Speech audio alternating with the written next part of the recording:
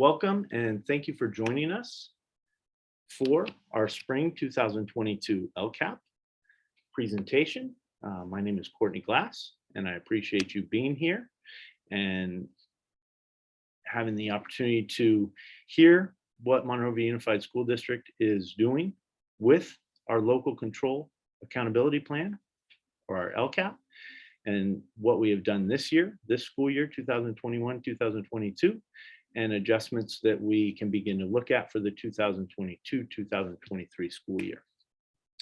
The purpose of the Lcap is meant to increase and improve services to our most vulnerable student populations. Those populations which these funds are meant to be principally directed. These students are primarily served are our English learners, our foster youth, and our homeless and low-income students. Those are the three students that you'll hear me refer to throughout the presentation, but those are our three student groups that we are principally directing these funds to. One of the big rules, or the one big rule of the Lcap, is that these funds are to be used to supplement current programs and not to supplant anything. The example that I like to use is a history book. Lcap funds are not to be used for a history book. When a parent sends their student to a Monrovia Unified School, we expect them to have a history book. That is something that our regular funding covers. The Lcap is meant to do supplemental things and provide supplemental opportunities and provide additional programs, platforms, materials for our students, all students, but specifically those three student groups, to be successful. In Monrovia Unified, we have identified with our first Lcap three big goals. And the first Lcap was written in 2014. Well, we selected these three big goals, and we have continued to feel that these three big goals are guiding principles that we can continue to work towards and work towards achieving with the provisions in the Lcap. The first goal is increased academic achievement. We want to continue to push our students in the teaching and learning in the classroom. Our second goal is third grade literacy. The data, the information shows that students who are at grade level in math and reading at the third grade are going to be successful through high school graduation and beyond. So we kind of have that as a kind of the linchpin there in the middle, where we want our students to be successful, and that's a data point we use. And thirdly, and finally, the third big goal is increased student engagement, and that is actually student and family engagement, where we want to increase programs for students being involved on campus and families also being involved on campus where they can. The Lcap is approximately $6.8 million, the budget that we have, and divided into those three goals. You can see that goal number one with 4.3 million is a large chunk of that 6.8 million. And goal number one is divided into three kind of areas, and each of the goals is going to be divided into these areas. For goal number one, people represent about $1.2 million of the goal.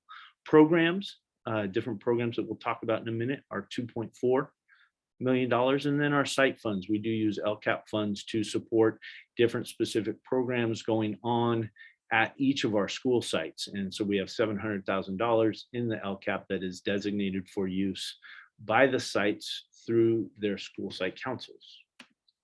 So the programs that we support through the Lcap, we have our iCoach program, which is teachers who are specifically trained with different educational technology platforms and programs.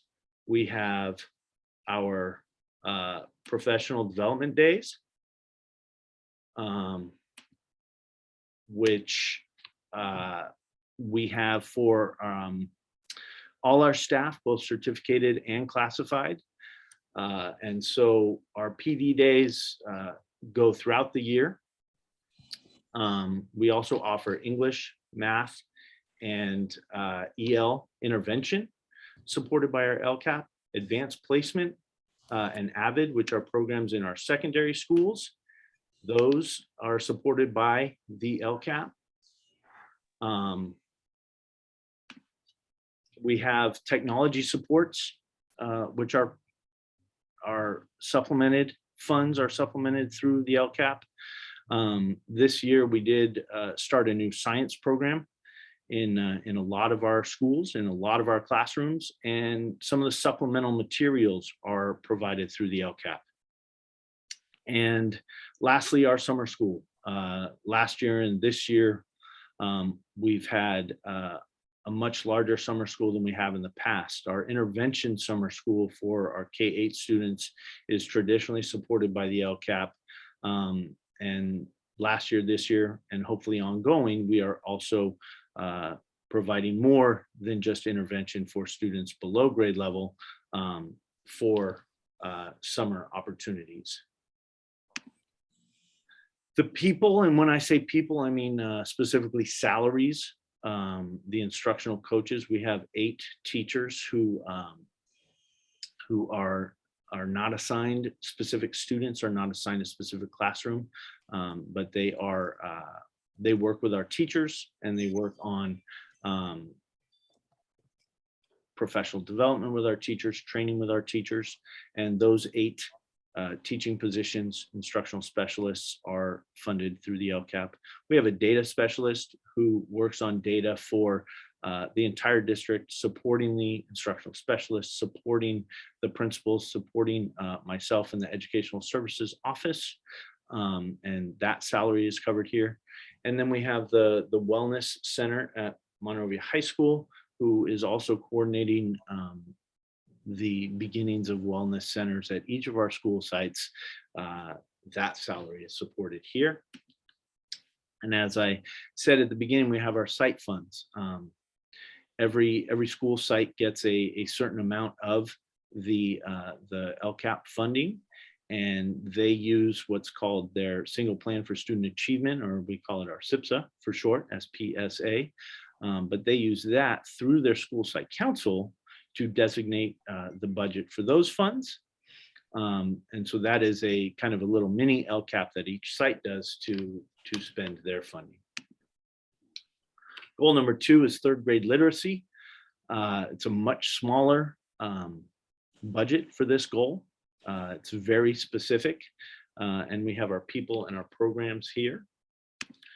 The people are elementary interventionists. Each of our 5 elementary schools has one teacher who is assigned just supporting students who are below grade level, specifically 4th and 5th grade students, for the most part, who did not meet that 3rd grade proficiency level. And so that's their main focus, and the LCAP supports them. They work with 3rd and 2nd and 1st graders as well, who are below grade level.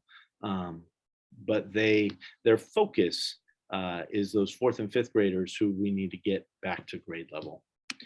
And the programs that the LCAP does support is dual immersion, supplemental materials for the dual immersion program, intervention for both math and ELA for our K-5, and then some math specific training and program development K-12 as we continue to look at our programs, and as the math framework changes, we are continuing to try to find the right program that works for our teachers and our students in our math classes.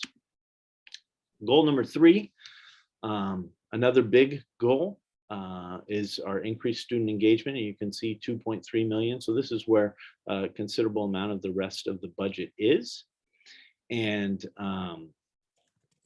you can see it's a lot of people. We have found, especially in the last couple of years, but for the entirety of the LCAP, that increasing student engagement, increasing involvement, getting the students excited about and focused and calm and confident in school is very important. And so we continue to have this as a big second goal. The people that are supported here, the college career counselor director here at the district office focusing on a lot of those secondary programs, the academic ones, and also focused a lot on the students' mental health, working with all of our counselors in the district and the support staff for that director. The Monrovia High School counselors, a portion of their salary is funded through the Lcap so that they can spend the time in the summer meeting with every Monrovia High School student to ensure that their 4-year plan and their 1-year course selections are accurate for where those students want to go. Our elementary counselor is funded through the Lcap. Our school resource officer, who works with all of our school sites, is funded through the Lcap. The student support services director and the support staff for that position are partially funded through the Lcap. Our performing arts director and the support staff, including the elementary school art and music teachers, are funded here. The Monrovia High School assistant principals, the administrators, are all partially funded as they support many of the programs that that the Lcap funds. So they work together. Our public information officer is funded here, and then the ed services director and the support staff to ensure that all of these programs are implemented correctly. The programs, additional programs that are used for specifically for engagement. We have our CTE pathways and coding, which is everywhere, but our CTE pathways specifically at the high schools, both high schools, Canyon Oaks and Monrovia High School, and eventually working their way down into the middle schools. Our iCoach program, I know I've already talked about it, but the iCoach program we see in our district as both academic and engagement. We see it on both sides as technology. The next bullet is both used as a tool for the teaching and learning, but it also is something that engages a lot of our students. And then our positive behavior intervention supports, just working with our teachers and working with our administrators and our school staffs to ensure that we are implementing our what we call PBIS, or our positive behavior supports to ensure that students are actively engaged in school each day. So we'll get to our question and answer time here in a little bit. Next steps in the Lcap process. Myself and other members of the Educational Services Department are meeting with all MUSD educational partners. That will include school sites, and at school sites that will include staff meetings on Wednesdays. That will include student groups, grades 4 through 12, and that will include PTA meetings. There will also be meetings with different regular groups that meet. I have a curriculum instruction advisory council where I will present this to those teachers. Our district advisory council parents, or our DAC, DLAC, will see this as well and have an live and in person and have a chance to discuss. And our different unions, the Teachers Association and our Classified Association, have been invited to each of these meetings as well. We do have a survey, which will be the next slide. You'll have an opportunity to scan the QR code as we solicit input from our entire educational community. We will then take some time to analyze the survey results and feedback from the community at the different meetings to make appropriate adjustments to the upcoming year's Lcap. And then on June 9th at the board meeting, June 9th, we will present the Lcap. And then on June 22nd is when our Board of Education approves our Lcap. Finally, here is the QR code for the survey. If you want to take a minute right now and scan that on your phone using your camera, hopefully it works. And you will then have the opportunity to give feedback. I do receive all of the feedback from this form, and I will be working with many others to review it, to look at it, and to see themes from everybody's responses. And those themes and the responses will be part of the June 9th Board of Education presentation to share the feedback that we received. I want to thank you for taking the time to listen and to learn, and I appreciate your feedback.